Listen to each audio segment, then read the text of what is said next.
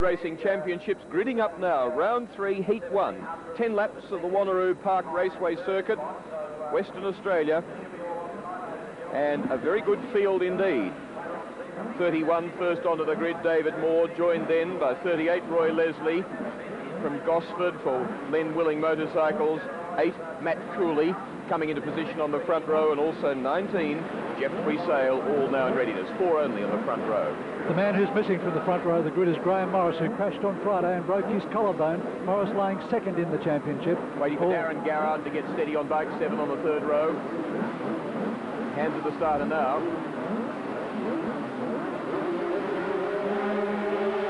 And it's a great start, an absolute bolter from the second row of the grid by Hamish McNicol on 34. Couldn't get through the pack though, so got a little bit boxed up. On the outside there's Daryl Beattie. David Moore in the lead on 31, Jeffrey Sayle on the inside of him on 19. And it's Sayle who takes the lead. They come up the back straight for the first time.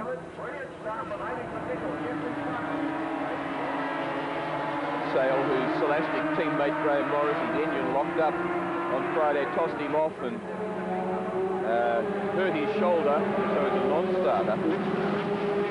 It locked up right there, in fact, just on 140 kilometres an hour straight to the sand trap.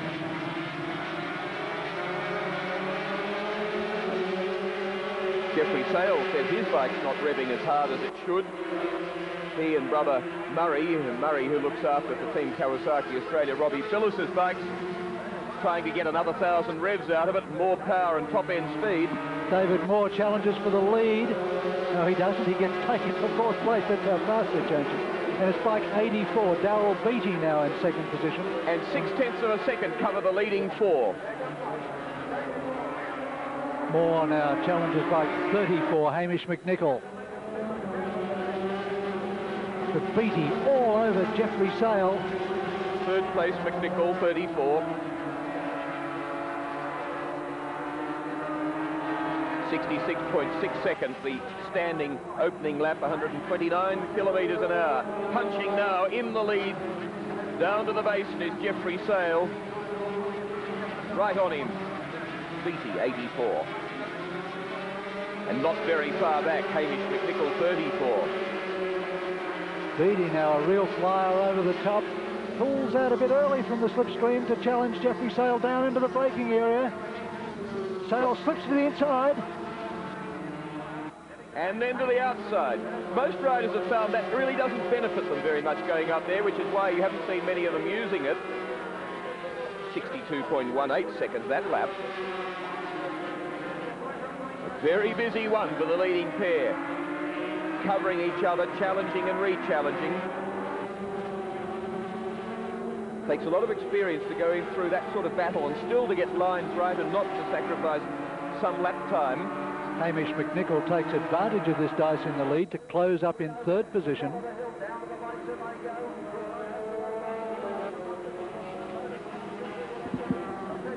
Jeffrey Sayle joins the ranks of people who look backwards in the race to see where his opposition lies, and it lies everywhere behind him. What's 84 here? Beattie. McNicol now challenges Beattie, however, on the inside. McNicol on 34, Beattie on 84. They remain line abreast. Astern, rather. And 31 more tucked in behind them. There he is, well capable of getting up to the battle, as also is David Horton on 28. We're missing Martin Rd3 from this, who's planning to be at the Italian Grand Prix World Championship at Imola, round 5 of the World Championship, so is obviously not running here.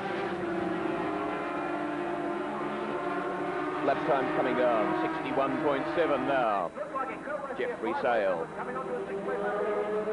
Beattie this time down the inside. Will Sayle let him have it? No, he doesn't.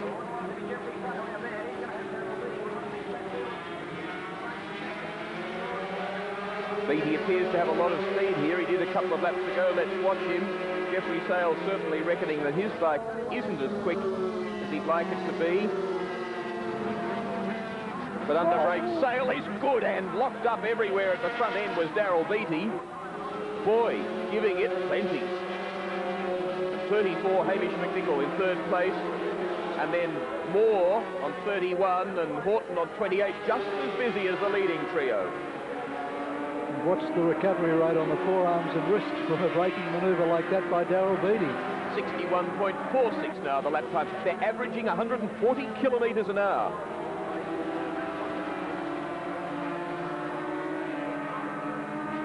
They're not much more than a second outside the Superbike lap time.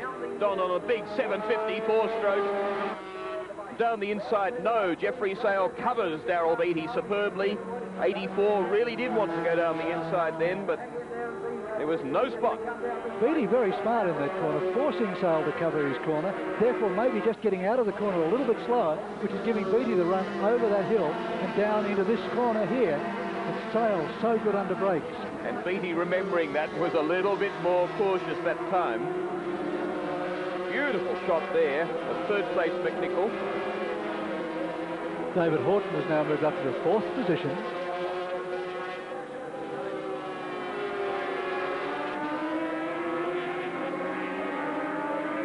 Five laps completed. So into the second half of this race, lap 6. A race commanded in the style of the West German Tony Mang, the experienced 38-year-old, in the way that he does in the World Championships, although he did crash in round 3. But Jeffrey Sayle doing the same, so heady, so good in positioning his bike, and for all the cut and thrust from the youngsters, all their enthusiasm and sometimes bravery, it's the cool, shrewd, very experienced head of Jeffrey Sayle on 19. Hamish McNicol takes advantage of that, nearly off by Beattie to close right up on his back wheel. So Beattie finds himself now defending second place instead of challenging for the lead. The Sayle just takes advantage of that momentary gap. And now McNicol down the inside. Can't do it. 9/10 of a second advantage to Jeffrey Sayle now as he starts lap 7. 2.4 seconds from the dice for second place. Back to David Moore, very busy on 31 in 4th place, with David Horton 5th on 28.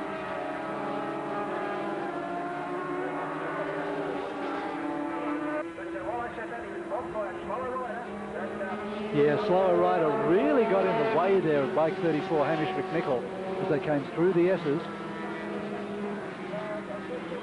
Meantime, Beattie's right back on the tail of Jeffrey Sayle. This time, maybe just this time. Another good talent, Beattie, going well and really trying very hard, and this time using his speed very well. Lines up, goes wide, classic entry through the corner, puts Sayle back to second place. He punches out hard as they complete lap 7 there. The gap between them all closes up as McNicol hauls them in too. Sayle had actually claimed the lead back from Beattie there about 4 or 5 laps ago. This time he couldn't do it. These are the sort of people that we want to see running in the Australian World Championship 250 Grand Prix at Phillip Island next April. The moment of truth will come for Beattie in the next corner here as they come down the hill. See what Sayle can do on him.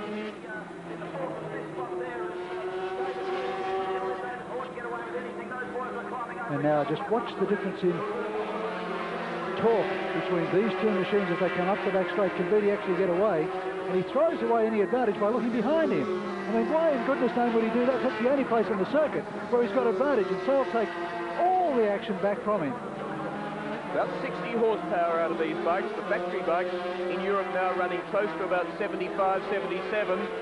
And there's about 3/10 of a second cover the leading 3. Beattie ranging towards the outside, but Sayle's in the lead again. The lap average speed creeps up to 141 kilometres an hour. And McNicol watching. Is he in the position on lap 9 or the final 1:10 to leap in and take the other two unawares? He's certainly hauled back his deficit very well, and he starts to probe there a little bit. At the same time, Beattie goes down to probe on Jeff Sayle.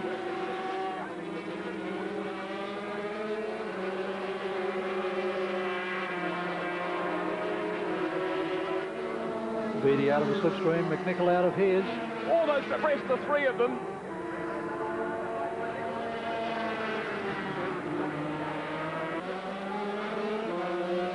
Beattie from Sayle from McNicol. Last lap brought out. Sayle down the inside. Has Beattie got him covered? Yes, he has.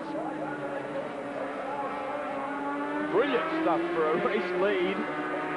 Absolutely superb racing. Young Daryl Beattie over the old head of Jeffrey Sayle, and Hamish McNicol too, an experienced racer, ran the Swan Series on a TZ 750 Yamaha a couple of seasons ago.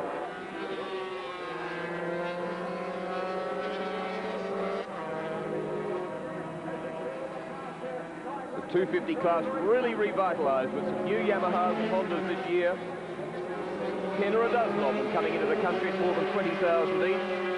And again, he looks back and he loses potential speed, Daryl Beattie, but he seems to think he has it covered. And he honks on down the hill and has a very handy lead as he goes into the final corner for the last time. 10th time through there, in the lead, Daryl Beattie over Jeffrey Sayle, heading for the finishing line in the lead, and he makes it in a brilliant finish, just 0.6 of a second over the three of them. Daryl Beattie first on 84, from Jeffrey Sayle second on number 19, and then into third place, Hamish McNicol, number 34 from South Australia on his Honda. The race time, 10 minutes, 20.66 seconds. They all loved it, and they averaged 139.3 kilometres an hour.